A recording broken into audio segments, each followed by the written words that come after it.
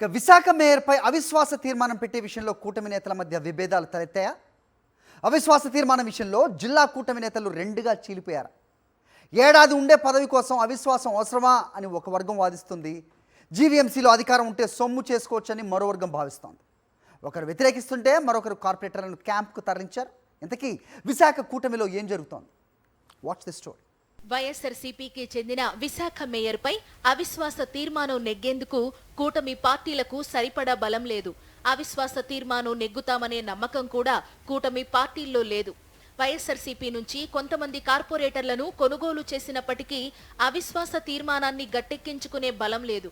ఈ కన్ఫ్యూజన్ కొనసాగుతుండగానే అవిశ్వాస తీర్మాన వ్యవహారంలో కూటమి నేతల మధ్య ఉన్న విభేదాలు మరోసారి బయటపడ్డాయి. అవిశ్వాస తీర్మానాన్ని టీడీపీ ఎంపీ భరత్ నాయకత్వంలోని వర్గం నాయకులు తీవ్రంగా వ్యతిరేకిస్తున్నారు. విశాఖ జిల్లా టీడీపీ అధ్యక్షుడు గండి బాబ్జీ తదితరులు అవిశ్వాస తీర్మానాన్ని తప్పుపడుతున్నారు. ఏడాది పదవి కోసం బీసీ మహిళపై అవిశ్వాస తీర్మానం పెట్టడం అవసరమా అని భరత్ వర్గం నేతలు ప్రశ్నిస్తున్నారు. అసలు బలమే లేని చోట్ల కోట్లు కుమ్మరించి వైఎస్ఆర్సీపీ కార్పొరేటర్లను కొనుగోలు చేయాల్సిన అవసరమేముంది అంటున్నారు. ఈ ఏడాది కాలంలో 6 నెలల పాలన జీవీఎంసీ అధికారుల చేతుల్లోనే ఉంటుందని గుర్తు చేస్తున్నారు. ఒక బీసీ మహిళపై అవిశ్వాస తీర్మానం పెట్టడం అనే చెడ్డ పేరు కూటమి ప్రభుత్వానికి మిగిలిపోతుందంటున్నారు. బీసీ పార్టీ అని చెప్పుకునే టీడీపీకి యాదవ సామాజిక వర్గం పూర్తిగా దూరమయ్యే ప్రమాదం ఉందని కూడా హెచ్చరిస్తున్నారు.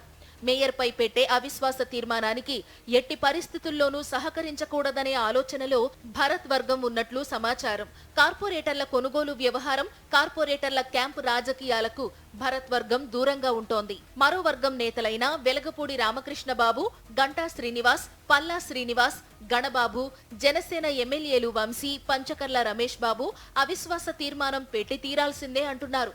జీవీఎంసీలో కమిషన్లు, కాంట్రాక్టులు దండుకోవడం కోసం వెలగపూడి వర్గం అడ్డదారిలో మేయర్ పీఠాన్ని కైవసం చేసుకోవాలని చూస్తోంది. ఇందుకోసం వైఎస్ఆర్సీపీ కార్పొరేటర్లను ప్రలోభాలకు గురి చేస్తున్నారు. దారికి రాని వారిని బెదిరిస్తున్నారు. పార్టీలో చేరకపోతే కార్పొరేటర్లపై తప్పుడు కేసులు పెట్టి ఆస్తులను ధ్వంసం చేయిస్తామని వార్నింగ్లు ఇస్తున్నారు. ఇలా బెదిరించి కొంతమంది వైఎస్ఆర్సీపీ కార్పొరేటర్లను టీడీపీ, జనసేన పార్టీల్లో చేర్చుకున్నారు. అయితే కూటమిలో చేరిన కొందరు కార్పొరేటర్లు పునరాలోచనలో పడినట్లు సమాచారం.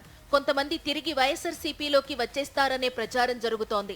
ఇదే జరిగితే పరువు పోతుందన్న ఉద్దేశంతో కూటమి నేతలు క్యాంపు రాజకీయాలకు తెరతీశారు.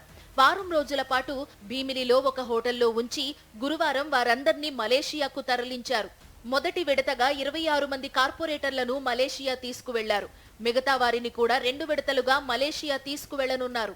మేయర్పై అవిశ్వాస తీర్మానం వ్యవహారంతో విశాఖ టీడీపీలోని గ్రూప్ రాజకీయాలు తెరపైకి వచ్చాయి.